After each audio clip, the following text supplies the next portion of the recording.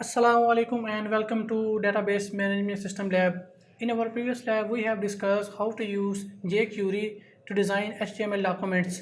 आज की इस लैब के अंदर हम लोग डिस्कस करेंगे अबाउट बूटस्ट्रैप।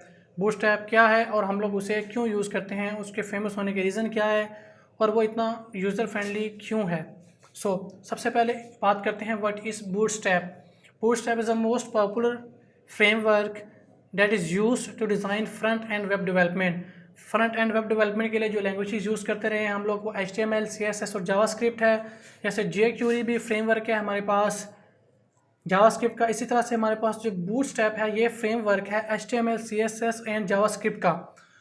और हम लोग इसे क्यों यूज़ करते हैं, हम लोग इसे फ्रंट एंड वेब डेवलपमेंट करने के लिए यूज़ करते हैं। फ्रंट एंड वेब डेवलपमेंट के अंदर बात करें तो हमारे पास HTML, CSS and JS use होती है वेबसाइट डिज़ाइनिंग के लिए। और अगर हम लोग उसके अंदर रिस्पॉन्सिवनेस ऐड करना चाहते हैं तो हम लोग यूज़ करते हैं बूटस्ट्रैप। रिस्पॉन्सिवनेस क्या होती है? रिस्पॉन्सिवनेस ये होती है कि फॉर एग्जांपल आप अगर वेबसाइट सेलफोन में ओपन करें तब भी वो प्रॉपर शो हो, उसका एक डिज़ाइन शो हो। वही अगर आप सेलफोन के बजाय टैबलेट में ओपन करें, सिस्टम में ओपन करें तो एक डिफरेंट डिज़ाइन शो हो, यानी कि यूज़र फ्रेंडली वेबसाइट हो, जो टैबलेट के हिसाब से खुद को एडजस्ट कर ले, जो मोबाइल के हिसाब से खुद को एडजस्ट कर ले। User friendly websites is known as responsive websites, और उसके लिए हम लोग यूज़ करते हैं Bootstrap. Bootstrap is easy to use web development. इसके अंदर हर चीज़ की क्लास बनाई गई है। जैसे अगर हम लोग HTML के अंदर कोई चीज़ लिखते हैं उसको स्टाइलिंग करने के लिए हम लोग CSS यूज़ करते हैं। इसके अंदर ऑलरेडी हर चीज़ की प्री डिफाइंड क्लास है, टेबल्स के लिए, बटन्स के लिए, प्रोग्रेस बार के लिए, नेव बार के लिए, फॉर्म्स के लिए, हर चीज़ के लिए सेपरेट क्लास है। हम लोग कुछ क्लासेस को डिस्कस करेंगे और कुछ क्लासेस को सिर्फ हम लोग प्रैक्टिकली गो थ्रू करके देखेंगे और रेस्ट ऑफ द एग्जाम्पल हम लोग सिर्फ डिस्कस करेंगे।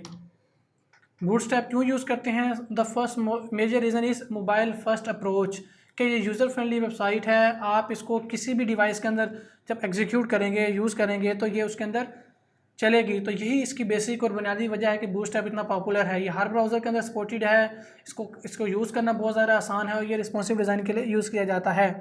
रिस्पॉन्सिवनेस की बात करें, अगर हम लोग चाहते हैं कि अपने डॉक्यूमेंट के अंदर रिस्पॉन्सिवनेस ऐड करें तो हमें सिर्फ हेड के टैग के अंदर एक चीज़ ऐड करनी है। टाइटल एक हेड के टैग के अंदर हम लोग सिर्फ एक टैग ऐड करेंगे, meta name viewport space content is equal to width equal device width initial minus scale 1.0।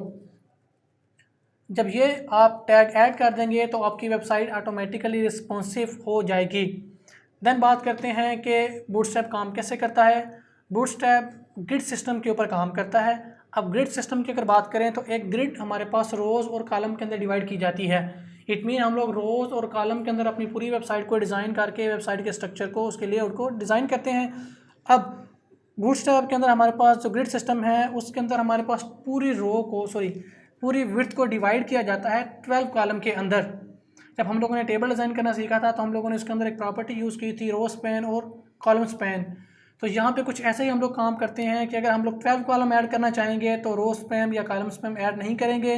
अगर हम लोग चाहते हैं कि अपने वेबसाइट को 3 कॉलम के अंदर डिवाइड करें, टोटल हमारे पास 12 कॉलम है, अगर मैं 3 में डिवाइड करना चाहता हूँ तो 4 + 4 + 4, और अगर मैं इसको 2 के अंदर डिवाइड करना चाहता हूँ तो मैं कॉलम स्पैन रखूँगा 6 और 6। अगर मैं इसको 3 में करना चाहता हूँ, 4 में करना चाहता हूँ तो यहाँ से फॉर एग्जांपल पहले कॉलम को मैं रखता हूँ 4, अगले को मैं रखता हूँ 4, अगले को रखता हूँ 4, या मैं पहले को रख दूँ 4 और अगले को रख दूँ 8, या मैं दोनों को 8 रख दूँ तो इक्वली डिवाइड हो जाएगा, या मैं इसको 12 कर दूँ, पूरी एक रो बन जाएगी। और यहाँ पे कुछ प्रॉपर्टीज लिखी हुई है इसकी क्लास की। जब आप रो स्पैन और कॉलम स्पैन करेंगे तो ये प्रॉपर्टी हम लोग यूज़ करेंगे। The first is for phone, the second is for tablet, the third is for laptop and the fourth is for laptop and desktop. Screen equal to or greater than 1200 pixel. अगर मैं अपने रो span और column span को लिखूं MD, जो कि हम लोग अभी करके देखेंगे, तो मेरे पास जब तक स्क्रीन 920 से वाइडर है तो यही वाला स्टाइल शो होगा, और जो ही स्क्रीन 992 से कम हो जाएगी तो इसका स्टाइल चेंज हो जाएगा। तो हम लोग इस चीज़ को भी परफॉर्म करके चेक करेंगे। सबसे पहले हमेशा हम लोगों ने कंटेनर की क्लास ऐड करनी है। उस कंटेनर की क्लास के अंदर एक रो की क्लास होगी और उस रो की क्लास के अंदर जितने आपने कॉलम ऐड करने हैं उतने ऐड करेंगे। अब देखें यहाँ पे मैंने कॉलम माइनस MD, मैंने MD क्लास को यूज़ किया है। आप SM, XS कोई भी क्लास को यूज़ कर सकते हैं। उनकी टोटल जो ओवरऑल वैल्यू होनी चाहिए वो 12 होनी चाहिए। अगर मैंने 2 कॉलम ऐड करूँगा तो 6 और 6 के ऐड करूँगा, इस तरह से। हम लोग ओवरऑल वेबसाइट को 12 कॉलम के अंदर डिवाइड किया। अभी हम लोगों ने क्या किया कि वेबसाइट को 6 के कॉलम में डिवाइड किया। हम लोग इसे 12 कॉलम के अंदर डिवाइड कर सकते हैं। जैसे यहाँ पर मैं अगर बात करूँ तो मैंने वेबसाइट को एक रो के अंदर डिवाइड किया और उस रो के अंदर मैंने 1 2 3 कॉलम ऐड कर दिए। तो हर एक कॉलम की मैंने रो स्पैन या कॉलम स्पैन मैंने रखा 4 एंड 4, तो टोटल हो गए 12 कॉलम्स। इस तरह से हम लोग अपने बूटस्ट्रैप के ग्रिड सिस्टम को यूज़ करते हैं। ये सेकंड एग्जांपल, यहाँ पे अगर हम बात करें तो हमारे पास ओवरऑल वेबसाइट के 12 कॉलम थे, 12 कॉलम थे। हम लोगों ने देखें यहाँ पर ये 6 का रखा और ये 6 का रखा। हम लोगों ने 2 ग्रिड यूज़ किए 6 एंड 6 के। तो हम लोगों ने कुछ ऐसे किया कि कॉलम 6 और एक रो ऐड की। इसी तरह से हम लोग यहाँ पर अगर बात करें तो मैंने फर्स्ट रो, सेकंड रो और थर्ड रो 3 रोज ऐड की। इस रो के अंदर मैंने 3 कॉलम रखे, इस रो के अंदर मैंने 3 कॉलम रखे। इस तरह से हम लोग बहुत अच्छे तरीके से पोर्टफोलियो जैसी हो या और भी बहुत सारी वेबसाइट डिज़ाइन कर सकते हैं। देन आते हैं नेव बार के अंदर। नेव बार के लिए हमारे पास क्लास है नेव बार स्पेस। जैसे हम लोगों ने पहले क्लास की थी कंटेनर की, अभी हम लोग क्लास कर रहे हैं नेव बार की। नेव बार के अंदर है नेव बार डिफ़ॉल्ट, नेव बार इन्वर्ट और नेव बार के अंदर और भी 2-3 क्लासेस जिसको हम लोग अभी देखेंगे। उसके अंदर पहली क्लास ऐड करेंगे कंटेनर फ्लूइड की, देन उसके अंदर क्लास ऐड करेंगे नेव बार हेडर की। हेडर बेसिकली आपकी वेबसाइट का जहाँ पे आप लोगो ऐड करते हैं वो चीज़ होती है, या टाइटल भी कह सकते हैं अपनी वेबसाइट का। सो उसके अंदर मैंने क्लास ऐड की नेव बार हेडर की। उसके अंदर सिंपल मैंने एक एंकर पॉइंट को यूज़ करते हुए वेबसाइट का नेम ऐड कर दिया जो कि मुझे बड़े साइज़ में शो होगा। देन बाकी अनऑर्डर लिस्ट नेव स्पेस नेव बार माइनस नेव, उसके अंदर सिंपल लिस्ट आइटम ऐड करूँगा तो ऑटोमेटिकली इसे नेव बार के अंदर कन्वर्ट कर देगा। कोई CSS, कोई जावास्क्रिप्ट, कोई कुछ भी लिखना नहीं पड़ेगा।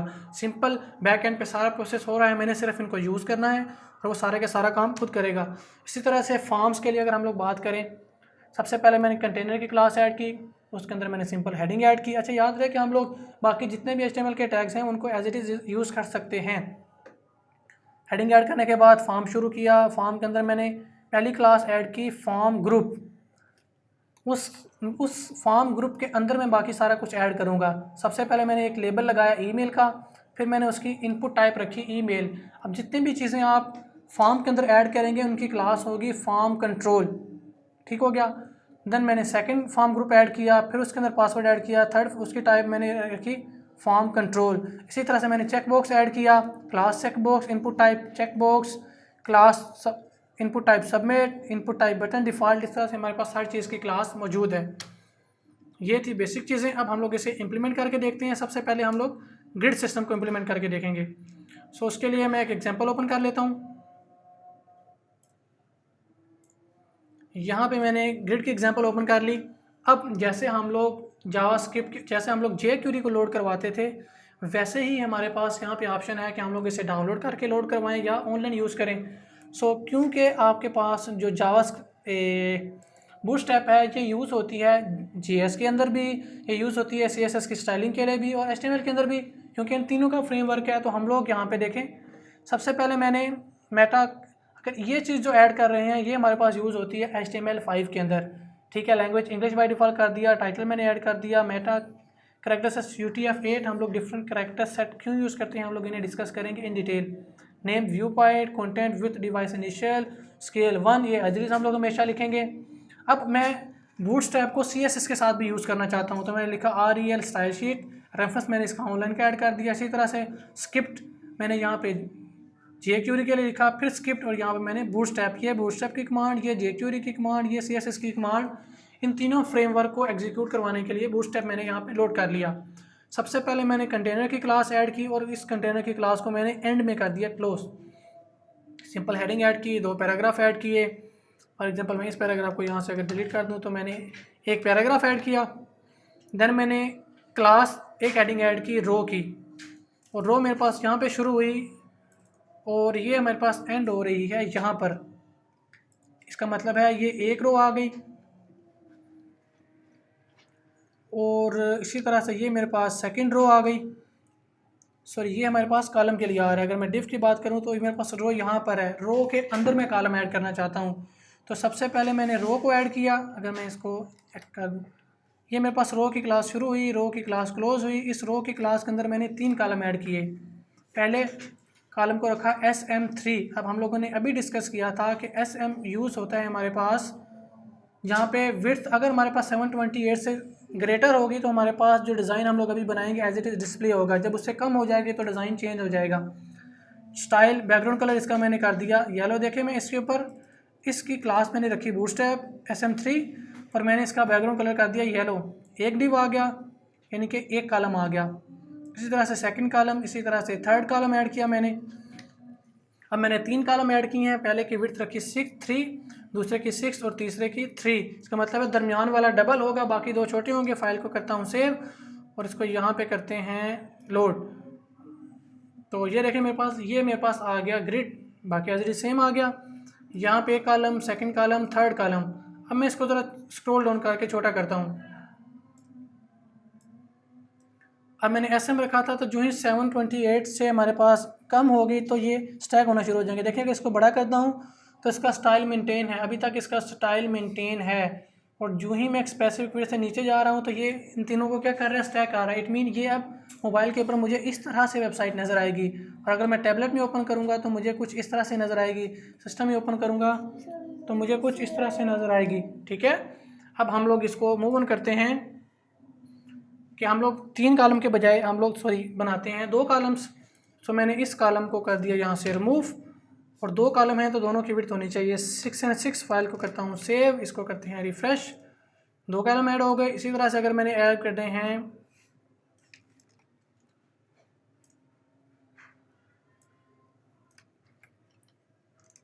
4, 1 2 3 4। पहला मैंने कॉलम ऐड किया 1, इसको मैंने कर दिया 2 3 4। हम लोग इसको एक बार रन करके देख लेते हैं। फर्स्ट कॉलम था उसको मैंने ऐड कर दिया, देन मेरे पास सेकंड कॉलम आ गया, थर्ड कॉलम आ गया, फोर्थ कॉलम आ गया, फिफ्थ कॉलम आ गया, 6 कॉलम आ गया। टोटल मैंने कॉलम ऐड किए हैं 6। इसको थोड़ा सा हम लोग ऐसे कर लेते हैं और ये आ गया कुछ इस तरह से। एक कॉलम टोटल 1 2 3 4 5 6 कॉलम आ गए। 6 कॉलम है तो मैंने हर एक को मुझे विड्थ रखता हूँ। फॉर एग्जांपल इसको मैंने रखा 2, इसको मैंने रखा 2, 2 और 2 4 और इसको मैंने कर दिया 4, 8 हो गया टोटल। 8 और 2 10, 10 और 2 12, 12। सॉरी इसको मुझे करना पड़ेगा, चलें इसको ऐसे कर देते हैं, इसको यहाँ से डिलीट कर देते हैं। फाइल को करते हैं सेव, गूगल क्रोम में जाएंगे, फाइल को करेंगे रिफ़्रेश। तो मेरे पास देखें 1 2 3 4 5 कॉलम ऐड हो गए। इस कॉलम की विड्थ 4 रखी थी, बाकी सब की 2 रखी थी। 2 4 6 8, 8 और 4 12। इस तरह से आप जितने कॉलम ऐड करना चाहें बहुत ईजीली इसके अंदर कर सकते हैं। इस तरह से हम लोग ग्रिड सिस्टम को यूज़ करते हैं। अब बात करते हैं नेव बार की। तो मैंने सिंपल बाकी एज इज लोड करवाया, क्लास नेव बार, कंटेनर की क्लास, हेडर की क्लास, उसके अंदर वेबसाइट का name, home, page 1 page 2 page 3, class active, बाकी सारा कुछ सेम, क्लास कंटेनर। अब यहाँ पे मैंने नेव बार ऐड कर दिया। इसके बाद मेरी बाकी वेबसाइट शुरू होगी। सो मैंने कंटेनर के अंदर बाकी जो कुछ ऐड करना है वो नेव बार के नीचे ऐड कर सकता हूँ। तो मैं इसको करता हूँ सेव और यहाँ से इसको करते हैं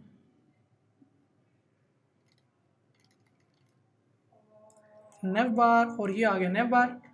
तो यहाँ पे दिस इज कॉल्ड हेडर, ये हमारे पास वेबसाइट का हेडर था।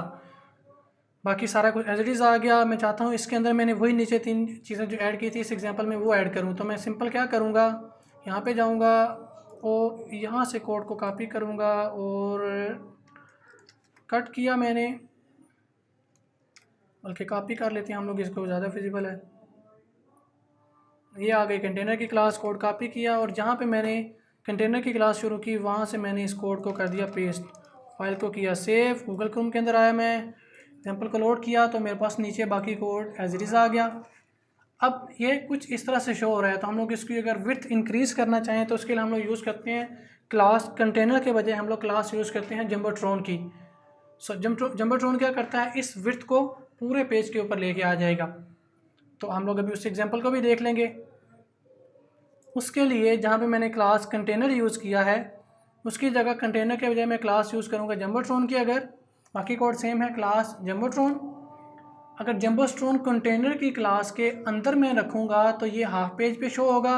अगर मैं कंटेनर की क्लास कर दूँ ख़त्म यहाँ से कंटेनर की क्लास कर दी मैंने ख़त्म। अब मेरे पास ये पूरे पेज पे शो होगा। हम लोग इसको ज़रा करके देख लेते हैं। जेमोट्रॉन इस तरह से शो होगा। अब हम लोग यहाँ से भी कंटेनर की क्लास को रिमूव करके चेक करते हैं।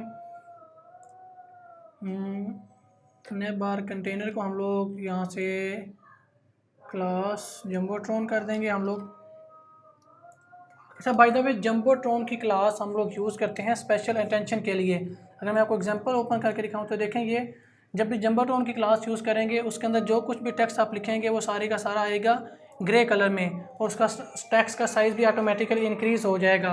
रही बात कि मैंने इसको इंक्रीज़ करना है तो उसके लिए हम लोग सेपरेट क्लास यूज़ करेंगे। जम्बोट्रॉन की क्लास सिर्फ हमारे पास अटेंशन के लिए यूज़ की जाती है।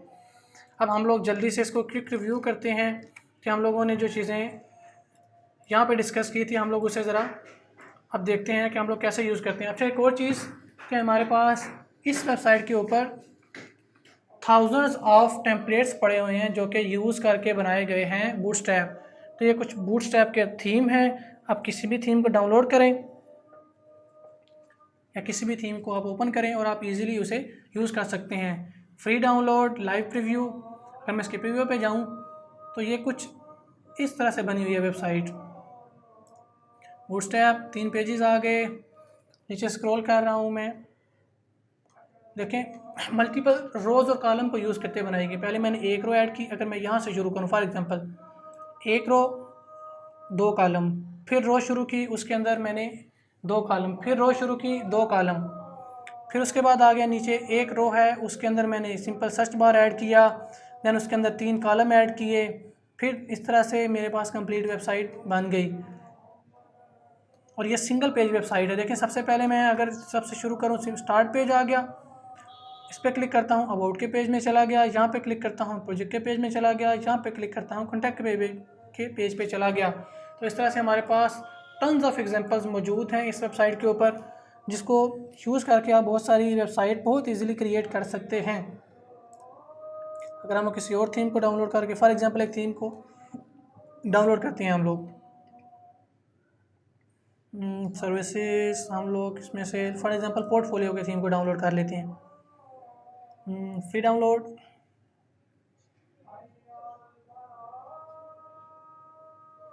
थोड़ा सा वेट करना पड़ेगा हमें। और ये मेरे पास जिप फाइल में डाउनलोड हो जाएगा। स्टार्ट डाउनलोड, ओपन करते हैं और इसको एक्सट्रैक्ट करते हैं डेस्कटॉप पे। फाइल को करते हैं ओपन। यहाँ पे आ गया मेन पेज। अगर मैं मेन पेज के कोड को ओपन कर लूँ तो उसी तरह से सबसे पहले हम लोग ने व्यू पॉइंट, ऑथर ऐड किया, ठीक है, टाइटल ऐड कर दिया वेबसाइट का। फ़ॉन्ट्स डाउनलोड करने के लिए हमारे पास ऑलरेडी क्लास मौजूद है JS की। इस तरह से गूगल फ़ॉन्ट अगर यूज़ करना चाहें तो उसके लिए भी क्लास है। CSS को हम लोगों ने बूटस्ट्रैप को इंक्लूड करवाया हम लोगों ने। सबसे पहले बॉडी के अंदर आया ID, page top, navigation bar add कर दिया, nav bar expanded, nav bar secondary, text upper case, fix top. ये वो प्रॉपर्टीज़ हैं जो नेव बार के अंदर हम लोग यूज़ करते हैं। अभी मैं इनको डिटेल से आपको बताऊंगा। मास्टर हेड, ये बेसिक यानी कि अगर यहाँ पे देखें तो पोर्टफोलियो आइटम फाइल का एक रो ऐड की, फिर रो ऐड की, रो के अंदर कॉलम, रोज़ एंड कॉलम के साथ हम लोगों ने पूरे का पूरा सेक्शन बनाया। जैसे अबाउट सेक्शन की बात करें हम लोग, उसके अंदर सबसे पहले एक क्लास ऐड की मैंने, page section heading, text centre, ये सेकंड एट्रीब्यूट। जैसे स्टाइल को हम लोग यूज़ करते थे, स्टाइल के अंदर डिफरेंट एट्रीब्यूट थे। इसी तरह से क्लास के अंदर पहला एट्रीब्यूट ये आ गया, सेकंड एट्रीब्यूट उसका टेक्स्ट सेंटर होना चाहिए, थर्ड एट्रीब्यूट उसका टेक्स्ट अपर केस में होना चाहिए, फोर्थ एट्रीब्यूट उसका टेक्स्ट वाइट होना चाहिए। This is called about. Heading के ऊपर ये कुछ एट्रीब्यूट लगा दिए हम लोगों ने। तो अबाउट को अगर हम लोग देखें तो वो सेंटर में आ रहा होगा और उसका टेक्स्ट भी वाइट होगा। ये सारे कुछ फीचर हम लोगों ने इसमें ऐड किए हैं। ओपन करके देख लें तो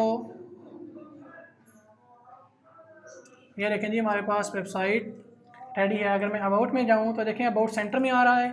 दैन उसके अंदर अबाउट के नीचे सिंपल एक लाइन लगी है। हम लोग इसको साथ साथ कोड को एक हल्का सा रिव्यू कर लेते हैं। अबाउट सेक्शन में चला गया मैं,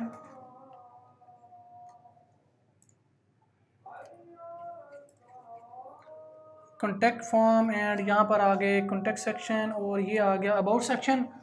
सबसे पहले मैंने हेडिंग ऐड कर दी उसके अंदर अबाउट की। टेक्स्ट मैंने वाइट रखा हुआ है तो इसको मैं ऐसे ओपन, वाइट आ गया। इसको अगर मैं टेक्स्ट को कर दूँ और इसको कर दूँ रिफ़्रेश तो सॉरी मैंने कॉन्टैक्ट का चेंज कर दिया, आई थिंक सो। अबाउट का चेंज नहीं हुआ।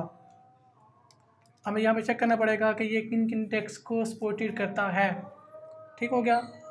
अगर यहाँ पे हम लोग आए तो टेक्स्ट सेकेंडरी, अच्छा ठीक है, हम लोग इन एट्रीब्यूट को भी डिस्कस करेंगे। अबाउट आ गया। Then icon divider, simple class add की, डिवाइडर की क्लास ऐड की। अब उसके अंदर हम लोग क्या करेंगे, आइकन डिवाइडर सिंपल मैंने एक क्लास ऐड कर दी। अबाउट सेक्शन के अंदर सेकंड रो ऐड की, थर्ड रो ऐड की। इस तरह से हम लोग रोज़ और कॉलम को यूज़ करते हुए किसी भी वेबसाइट को बना सकते हैं। इंशाल्लाह हम लोग अपने नेक्स्ट सेशन में बूटस्ट्रैप को यूज़ करते हुए एक बहुत ही बेसिक सी वेबसाइट भी बनाएंगे, जिससे आपको बहुत सारी क्यूरीज अगर हुई तो वो भी क्लियर हो जाएंगी। अब हम लोग बात करते हैं, दोबारा से आते हैं अपने मेन कंटेंट की तरफ। तो ये कुछ बने बनाए थीम हैं जिनको यूज़ करते हुए आप किसी भी किस्म की वेबसाइट बना सकते हैं। अब हम लोग शुरू करते हैं कुछ बेसिक चीज़ें जो यहाँ पे इन्होंने डिस्कस की हैं। सबसे पहले ग्रिड सिस्टम आ गया। हम लोग ग्रिड सिस्टम में जो चीज़ प्रॉपर्टी यूज़ करते हैं हम लोग डिस्कस कर चुके हैं। टेबल्स की बात करें तो हमारे पास टेबल के लिए, अच्छा हम लोग अगर यहाँ से कुछ देखें ऑल क्लासेस, तो इसको अगर हम कैटेगराइज कर दें तो ये कुछ अलर्ट की क्लासेस हैं, जैसे आप जावास्क्रिप्ट में अलर्ट यूज़ करते थे। इसके बाद ये कुछ हमारे पास बटन ग्रुप की क्लासेस हैं। इसके अलावा ये बटन की क्लासेस हैं कि बटन एक्टिव है, बटन ब्लॉक है, बटन डेंजर है, बटन डिफ़ॉल्ट है, बटन इन्फो है। इस तरह से हमारे पास जो अवेलेबल क्लासेस हैं वो सारी की सारी यहाँ पर मौजूद हैं। ड्रॉप डाउन से रिलेटेड जो क्लासेस हैं, फॉर्म से रिलेटेड जो क्लासेस हैं, इसी तरह से हमारे पास ग्रिड से रिलेटेड जो क्लासेस हैं, हेल्पर से रिलेटेड जो क्लासेस हैं, इसके बाद हमारे पास इमेजेस से रिलेटेड क्लासेस हैं। फॉर एग्जांपल मैं चाहता हूँ कि मैं इमेज को सर्कुलर फॉर्म में लोड करूँ, तो यहाँ पे देखें सिंपल आप जो इमेज लोड करते रहे हैं, फॉर एग्जांपल हेडिंग आ गई, पैराग्राफ आ गया, इमेज सोर्स आ गया, क्लास आ गया, इमेज सर्कल। सिर्फ हम लोगों ने क्लास यूज़ की, इमेज सर्कल की, तो हमारे पास इमेज आ गई सर्कुलर फॉर्म में। इसी तरह से अगर हम लोग किसी और प्रॉपर्टी को देख लें, फॉर एग्जांपल हम लोग प्रोग्रेस बार को, यहाँ पे प्रोग्रेस बार को चेक कर लेते हैं, या नैब बार राइट, नैब बार स्टैटिक। अब यहाँ पे कुछ वो प्रॉपर्टीज़ थी जो आपको वहाँ पे यूज़ होती हुई नज़र आएंगी आप जितने भी टेम्पलेट्स में से डाउनलोड करेंगे। फॉर एग्जांपल यहाँ पे एक प्रॉपर्टी आती है हमारे पास ड्रॉप डाउन के लिए। मैं ड्रॉप डाउन की बात करूँ, ये मेरे पास एक ड्रॉप डाउन आ गया, ये ड्रॉप डाउन मेरे पास सेकेंड ड्रॉप डाउन आ गया, इस तरह से in the form of button आ गया। ये ड्रॉप डाउन की एग्जांपल है, ये ड्रॉप डाउन की एग्जांपल है। इसी तरह से अगर प्रोग्रेस बार की बात करें तो ये हमारे पास डिफरेंट किस्म के प्रोग्रेस बार हैं। सो ये सारी चीज़ें आपने स्टडी करनी है। जो बेसिक चीज़ थी जो मैंने आपको समझानी थी वो मैंने आपको गाइड कर दी है। देखें हमेशा हम लोग क्लासेस को यूज़ करेंगे, डिव को यूज़ करेंगे, इसमें सारा काम हम लोग डिव के साथ करते हैं। अगर मैं आपको कोई भी एक एग्जांपल, यहाँ पे जैसे ये एग्जांपल है क्लास प्रोग्रेस, उस क्लास के अंदर मैंने सबसे पहले एक डिव ऐड किया प्रोग्रेस बार सक्सेस। अब ये देखें ये सक्सेस प्रोग्रेस बार है, इसका कलर इस तरह से आता है। अगर मैं प्रोग्रेस बार इन्फो करूँगा तो इस कलर में आएगा, अगर मैं प्रोग्रेस बार वार्निंग करूँगा तो इस कलर में आएगा। तो ये कुछ एट्रीब्यूट हैं जो वो कंबाइन करके यूज़ कर रहा है। फॉर एग्जांपल मैं यहीं से आपको एक चीज़ दिखा देता हूँ, इमेज सर्कल थंबनेल, इसमें तो नहीं होगा, हम लोग बटन्स में यूज़ कर सकते हैं। अब ये कुछ डिफरेंट तरह के बटन हैं, बेसिक, डिफ़ॉल्ट, प्राइमरी। ये आ गया button class button default, button primary, button success, button warning. इसी तरह से हम लोग यहाँ पे यूज़ कर रहे हैं large, small, normal, extra large, extra small button, button level, active और डिसेबल, एक्टिव और डिसएक्टिव बटन, ग्लिफ आइकन्स। ये वो आइकन्स हैं जैसे कॉन्टैक्ट का, ईमेल का, सर्च का आइकन है, जैसे ये आइकन है। तो ये ऑलरेडी हमारे पास प्री डिफाइंड क्लासेस में पड़े हुए हैं। अब हम लोग पेजिनेशन पे आ जाएँ या एक्टिव, ये बेसिकली जो आपको डिफरेंट वेबसाइट के नीचे शो हो रहा होता है, पेज 1, पेज 2, ये वो चीज़ आ गई। पैनल्स आ गए, लिस्ट आ गई। तो ये कुछ वो बेसिक चीज़ें हैं जो आप थ्रू आउट यूज़ कर सकते हैं डिफरेंट चीज़ों के साथ। अगर आप एक बार इस सारे चीज़ों को गो थ्रू करें, लेकिन बेसिक ऑब्जेक्टिव है कि आप लोग एक बार बूटस्ट्रैप को गो थ्रू करें और इसको यूज़ करना सीख लें। जब आप इसको यूज़ करना सीख लेंगे तो बहुत सारी चीज़ें हैं जो इसके अंदर करना बहुत ज़्यादा आसान है। मैं अगर यहाँ पे किसी भी एक टेम्पलेट की बात करूँ,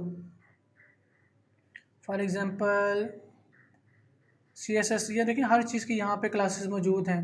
अगर मैं यहाँ पे बेसिक टेम्पलेट की बात करूँ तो इस तरह की अगर आपने कोई चीज़ डिज़ाइन करनी है, इस तरह की कोई चीज़ डिज़ाइन करनी है तो आपको ऑलरेडी कोड गिवन है, ये चीज़ है, इस तरह का डिज़ाइन है। सोशल वेबसाइट के ऊपर इस तरह की चीज़ें यूज़ की जाती हैं। मार्केटिंग के रिलेटेड एनालिस्ट ऑनलाइन स्टोर्स हैं जिसमें आपके पास सबसे पहले ऊपर मेन हेडिंग आ रही होती है। आप कोई भी फॉर एग्जांपल अगर दराज को ओपन करके देखें हम लोग,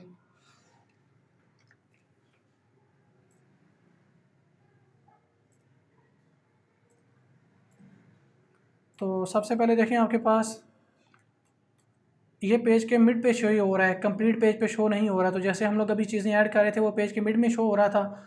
अब देखें आपके पास एक रो आ गई, दो रोज़ और कॉलम के साथ वेबसाइट बनाई गई है। हेडिंग आ गई, देन उसके अंदर आपने 1 2 3 4 5 6, इसका मतलब है 2 2 का रखेंगे तो आपके पास 12 हो जाएंगे। देन फिर आपके पास हेडिंग आई, फिर आपके पास कॉलम आया, फिर रो आई, फिर रो के अंदर हेडिंग, फिर कॉलम, फिर आपके पास ये। तो आपकी पूरी वेबसाइट हाफ पेज के ऊपर बनी हुई है। जो मेन इंटेंशन के लिए था फॉर एग्जांपल ये है, तो ये आपका जंबोट्रॉन है, ये आपका स्लाइडर है। इस तरह से आप वेबसाइट्स को यूज़ कर रही होती हैं। अगर मैं इसको ट्राई इट योरसेल्फ करूँ और इसको हम लोग कर दें कुछ इस तरह से, देखिए यहाँ पे कोई भी इमेज आप ऐड कर सकते हैं। अगर आप थ्रास को देखें तो कुछ ऐसे ही उन्होंने किया हुआ है। इमेज ऐड किया, नीचे टेक्स्ट है उसका, इमेज ऐड किया है, नीचे टेक्स्ट है उसका, black Friday, online store, copy email, your account, add to cart. इस तरह से हमारे पास हर चीज़ यहाँ पे अवेलेबल है, जस्ट हम लोगों ने उसे यूज़ करना है। अगर हम यहाँ पे जाते हैं, ये बेसिक वेबसाइट है। अगर आपको full page demo, full complete code, अगर हम लोग स्टेप बाय स्टेप भी देखें तो यहाँ पे ये स्टेप बाय स्टेप आपने पहले बेसिक इमेज डाउनलोड की, टेक्स्ट लाइन आपने सेंटर कर दिया, देन आपने इमेज के ऊपर इसको भी सेंटर कर दिया, सेंटर कर दिया, सेंटर कर दिया, डिव ऐड किया, इमेज को आपने प्रॉपर्टी कर दी सर्कल, सेकंड फिर आपने कंटेंट ऐड किया नीचे। यानी कि ये एक एक चीज़ आपको स्टेप बाय स्टेप बताएगा। अगर आप स्टेप बाय स्टेप इन चीज़ों को करेंगे, ये इन 3 टेम्पलेट को अगर आप स्टेप बाय स्टेप परफॉर्म कर लें तो आपको बूटस्ट्रैप से रिलेटेड हर चीज़ बहुत ईजीली समझ आ जाएगी। सो बाकी चीज़ें हम लोग अपने लाइव सेशन के अंदर डिस्कस करेंगे। तब तक के लिए अल्लाह हाफिज़।